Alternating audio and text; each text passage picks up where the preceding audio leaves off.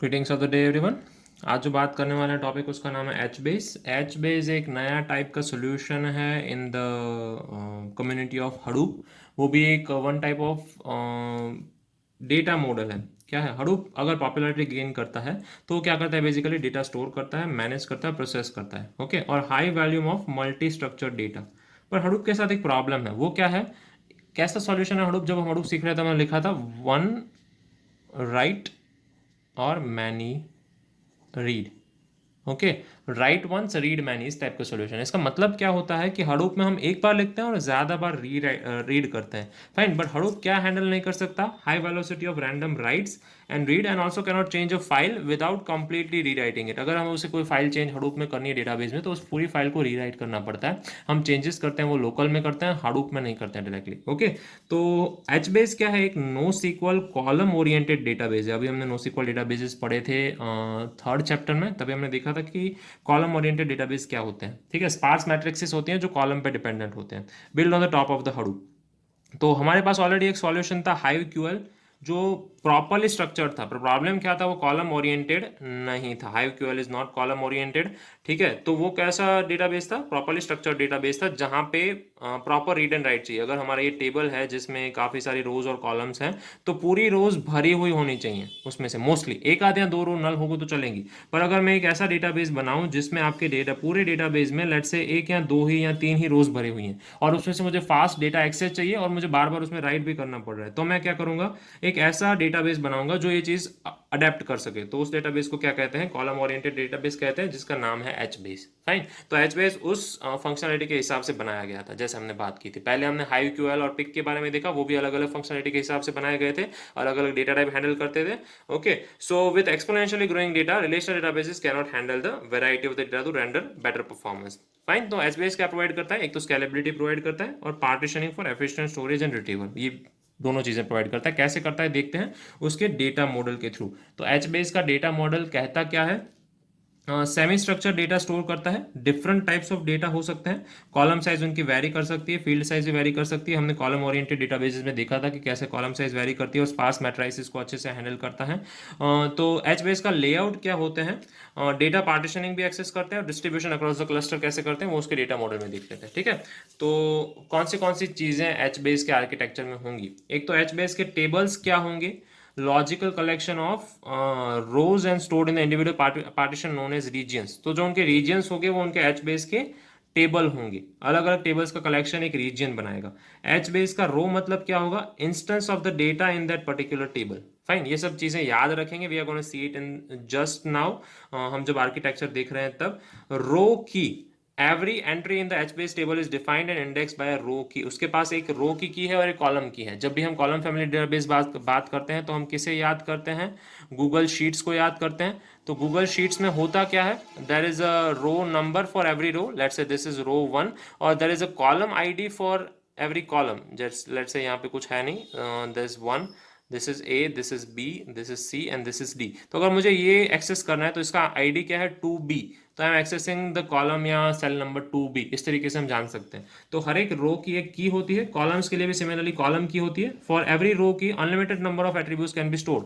अगर ये मेरी रो की है, जैसे 2 है, तो मैं यहाँ पे unlimited number of attributes column के लिए स्टोर कर सकता हूँ।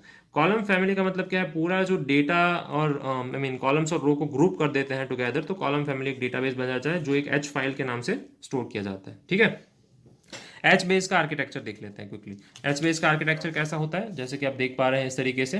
फाइन, जब भी क्लाइंट रिक्वेस्ट आती है तो सबसे पहले कहाँ जाती है? एच मास्टर के पास जाती है। जू कीपर है वो सबका हेडमास्टर है। हेडमास्टर का मतलब है सबको अरेंज करता है, सबको अच्छे से कोऑर्डिनेशन में रखता है। फाइन, एच मास्टर का सिंपल काम क्या है? अलग अलग रीजन क्रिएट करना। जैसे हमने बात की, रीजन मतलब क्या? डिफरेंट डिफरेंट टेबल्स का कलेक्शन है। यहाँ पे कितने टेबल हैं? Let's say this is 1 table, this is 2 table, this is 3 table. तो रीजन सर्वर 1 में कितने टेबल हैं? 3 टेबल्स हैं बेसिकली। रीजन सर्वर 2 में कितने टेबल हैं? 1, 2 और 3 बिग टेबल्स हैं। ठीक है, और हर एक टेबल में डिफरेंट डिफरेंट कलेक्शंस हैं, जैसे कि टेबल फूड, टेबल बार, ये सब टेबल्स हैं। उसमें भी मैम स्टोर CF1 है, मैम स्टोर CF2 है, ये अलग अलग रोज हैं। मैम स्टोर CF1 है, ये अलग रो है। फाइन, तो अलग अलग रोज हैं और उनके मेटा डेटा हैं डिफरेंट डिफरेंट टेबल्स में। उस कम्युनिकेट कैसे करते हैं? एच मास्टर से। ये नेम नोड है, या नेम नोड के अंदर ही होता है।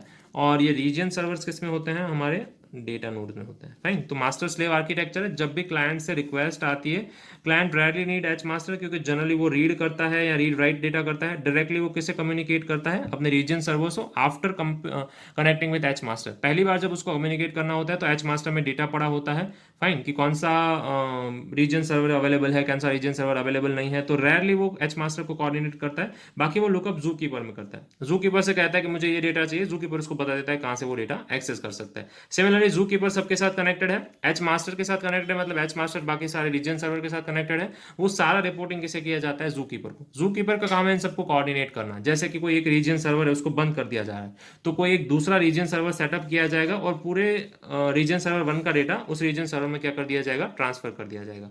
जैसे कि ये रीजन सर्वर है, रीजन सर्वर 3, तो पूरा डेटा रीजन सर्वर 3 में क्या कर दिया जाएगा? ट्रांसफर कर दिया जाएगा। ये सब चीज़ें कौन देखता है? जू कीपर देखता है। ठीक है, हेडमास्टर है कि नहीं अच्छे से, उसका सेकेंडरी नोड है वो चल रहा है कि नहीं, जो सेकेंडरी हेडमास्टर है वो, उसको अप एंड रनिंग करना है, उसका डेटा ट्रांसफर करना है, उसमें कितना डेटा रखेंगे, ये सारी चीज़ें जू कीपर देखता है।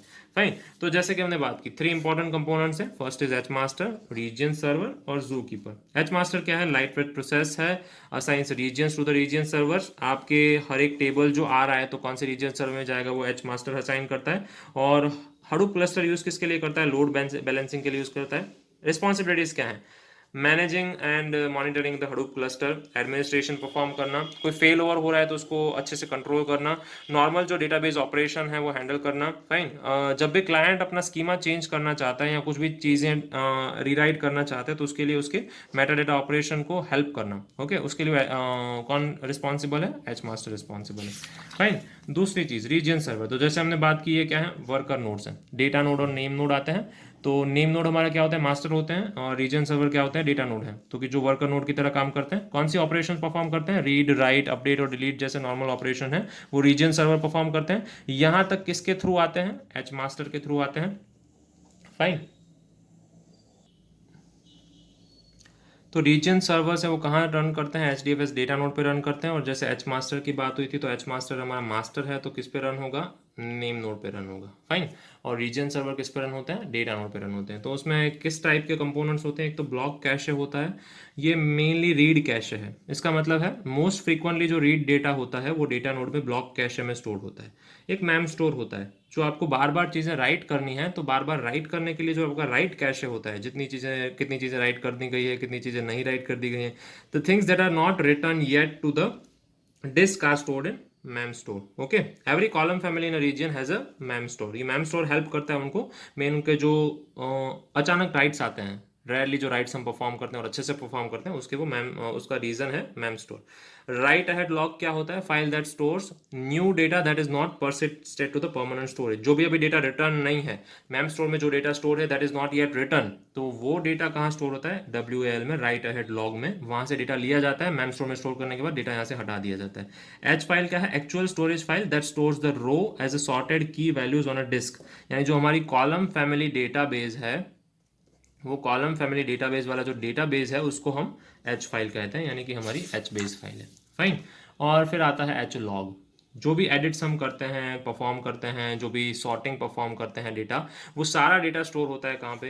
एच लॉग में। सो एवरी रीजन सर्वर के पास क्या होना चाहिए? एक एच लॉग होना चाहिए। If you see the database या architecture properly, every region server 1 has its HLog, region server 2 has it HLog. जो भी हम चीज़ें परफॉर्म करते हैं इन सब डेटाबेसेस में, वो सारी कहाँ रिपोर्ट होती हैं? एच लॉग में रिपोर्ट होती हैं। Fine, so moving forward, last but not the least, ये क्या है? जू कीपर। जू कीपर क्या है? डिस्ट्रीब्यूटेड कोऑर्डिनेशन सर्विस, ये सबका हेडमास्टर है। Fine, for the region assignment, कौन से रीजन को क्या असाइन करना है, कौन सा सर्वर असाइन करना है, और recover and region server that crashes by loading them on to the other region server.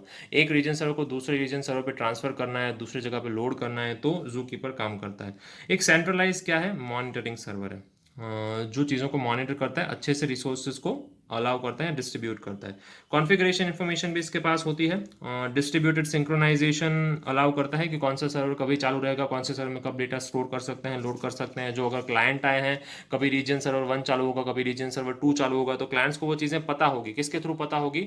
जू कीपर के थ्रू पता होगी। तो क्योंकि क्लाइंट की सबसे पहले रिक्वेस्ट जू कीपर के पास जाएगी, वहाँ से एच मास्टर को फॉरवर्ड किया जाएगा, और एक बार एच मास्टर के पास से उसको पता चल जाता है कि उसका डेटा कहाँ कहाँ पे है, तो बाद में वो दूसरी बार एच मास्टर को कनेक्ट नहीं करेगा। Fine. So H master and the region server are registered with the ZooKeeper service. यानी नेम नोड और डेटा नोड दोनों किसके साथ रजिस्टर्ड है? जू कीपर के साथ रजिस्टर्ड है। And client need to accept ZooKeeper quorum in order to connect with the region server. ZooKeeper का एक क्वारम आता है, उसके साथ मतलब वहीं एक्सेस करने के बाद वो उससे कम्युनिकेट कर सकता है। In case of node failure with in H base, जब एच बेस में नोड फेल्यूर होता है तो क्या होता है? Z के quorum will trigger the error messages and start preparing the failure node। यानी जू कीपर का जो quorum होता है, जो सॉफ्टवेयर है, वो क्या करेगा? सिमिलरली एरर मैसेज देने लगेगा। किसको एरर मैसेज देने लगेगा? क्लाइंट्स को, और डायरेक्टली रिपेयर करना स्टार्ट करेगा फेल्यूर नोड्स को। ठीक है, कैसे करेगा? पूरा डेटा जो पुराना था उसका वो कॉपी करना स्टार्ट करेगा if they have any replications. Various services that ZooKeeper provides, क्या प्रोवाइड करता है? Establishing client communication with region server, client और रीजन के बीच में एक कम्युनिकेटर के तौर पे काम करता है। Tracking the service failure and network partitions, कौन से नेटवर्क पार्टीशंस में कितने जीबी का डेटा लिंक होता है या लिंकिंग स्पीड क्या है वगैरह वगैरह से लेके सर्वर फेल्यूर तक वो चीज़ें दिखाता है। कॉन्फ़िगरेशन इन्फॉर्मेशन मेंटेन करता है, और एम्फेरल नोड्स, एम्फेरल नोड प्रोवाइड करता है, represent the different reason servers. एम्फेरल nodes क्या होते हैं? कलेक्शन ऑफ रीजन सर्वर्स होते हैं। अगर एक से ज़्यादा रीजन सर्वर कहीं पे स्टोर करना है बड़े कंप्यूटर में, तो उसको हम एम्फेरल नोड बोलेंगे। ओके, तो जू कीपर के डिज़ाइन में क्या क्या कैरेक्टरिस्टिक्स हैं? सीक्वेंशियल कंसिस्टेंसी है, एटॉमिसिटी है, यानी वो एक ही काफ़ी है, सिंगल सिस्टम इमेज है, जू कीपर एक सिंगल सिस्टम की पूरी इमेज या उसका एक रिकॉर्ड स्टोर रखता है, ड्यूरेबल है और टाइमलीनेस है। फाइन, वो हमेशा के लिए चलता रहता है। So these were some examples of three main components of HBase architecture. That one important component is zookeeper, that will keep in mind. Fine, so we will keep it to this in our lecture. Have a good day.